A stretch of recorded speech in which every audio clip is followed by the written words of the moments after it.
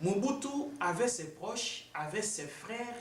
Il y a eu l'Ndimbi, par exemple, qui fit son chargé de sécurité et chef d'état-major de la garde spéciale présidentielle, que Mobutu n'a jamais bougé depuis qu'il est au pouvoir.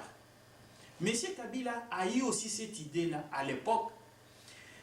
Il a envoyé ses frères de part et d'autre à Lumbashi de trier les enfants, entre autres comme les Dikapen et les Quasimoto. Tous sont des civils qu'on a donné une petite formation de 3 ou 4 jours afin qu'ils deviennent militaires, en vue de pouvoir assurer la sécurité de leurs frères. Kabila a envoyé, on est allé ramasser ses frères de part et d'autre. On a envoyé ces frères-là vers Moura. Moura, c'était pour qu'ils reçoivent une formation rien que pour servir Laurent Désiré Kabila, et ils ne devraient recevoir rien des ordres émanant de Laurent Désiré Kabila. Sans Laurent Désiré Kabila, ces militaires ne pouvaient pas faire quelque chose ou répondre aux ordres d'une tierce personne. Messieurs Joseph ont commencé maintenant à étudier des voies et moyens. Comment maintenant on devrait maintenant fragiliser l'armée congolaise. Il devrait commencer par la DENIAP. On a mis des stratégies en place. Quelques jours après, on nous a donné l'ordre d'arrêter Ondekane. Après l'arrestation de Ondekane, si je ne me trompe pas, j'ai continué à garder l'arme d'Ondekane chez moi, dans mon pays. Le jour que je serai de retour, je vais retirer ça. Et je vais montrer aux Congolais. Bon, maintenant, quand Ondekane, après son arrestation, celui qui a appelé Sikatenda en premier lieu, c'était Joseph, à l'époque, chef d'état-major général adjoint à l'intérim des forces armées congolaises. Et son oncle, James Kabarebe, le chef d'état-major titulaire à l'intérim des forces armées congolaises. Sikatenda s'est opposé. Il a dit que Kabila est pris en otage. Kabila est en train de vivre l'histoire de Cicéron.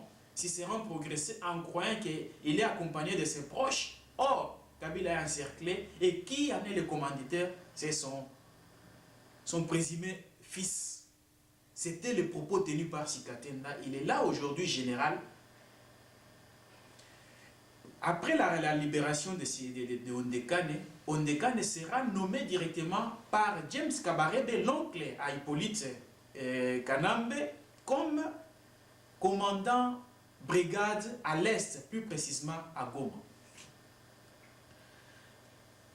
Dès que Ondekane est parti à Goma, Joseph a commencé à mettre une nouvelle stratégie encore. On devrait maintenant chercher à dissoudre le fameux service secret des renseignements de M. Kabila. C'était la DENIAP. On a dissous la DENIAP. On a arrêté M. Sikatenda au Niouf, à Makala. On nous a arrêtés, nous tous ici, le service neutralisé. Et on a créé ce qu'on appelle FIC. FIC, c'est une unité qu'on a créée, une fusion d'unités qui a été mise en place pour récupérer les militaires de différentes unités en vue de pouvoir faire ce qu'on appelle FIC et servir les intérêts de Joseph, l'actuel président congolais. Et on a créé ce qu'on appelle 50e brigade avant qu'on arrive à FIC. En créant 50e brigade, Yah avait sorti de la deuxième cité OIA, il a dit que en Swahili, Mungu anasikia, Dieu a compris. Et James Kabarebe et Joseph ont fini par convaincre Mouzé pour que je sois nommé commandant 50e brigade. Nous nous sommes mis à rire. Yah s'est dit que mais vous êtes très content, on a dit non. Quand on oublie un don de soi, tout l'univers vous devient avare. C'est-à-dire, quand on refuse à servir les Tutsis, nous sommes marginalisés. Yahvé est allé, il a commencé à diriger 50e brigade avec son adjoint Rokobe Kapapi, qui a perdu toute sa famille à l'Est parce qu'il s'était induit en erreur là, parce qu'il fut l'un des responsables des renseignements dans le compte des Tutsis aussi.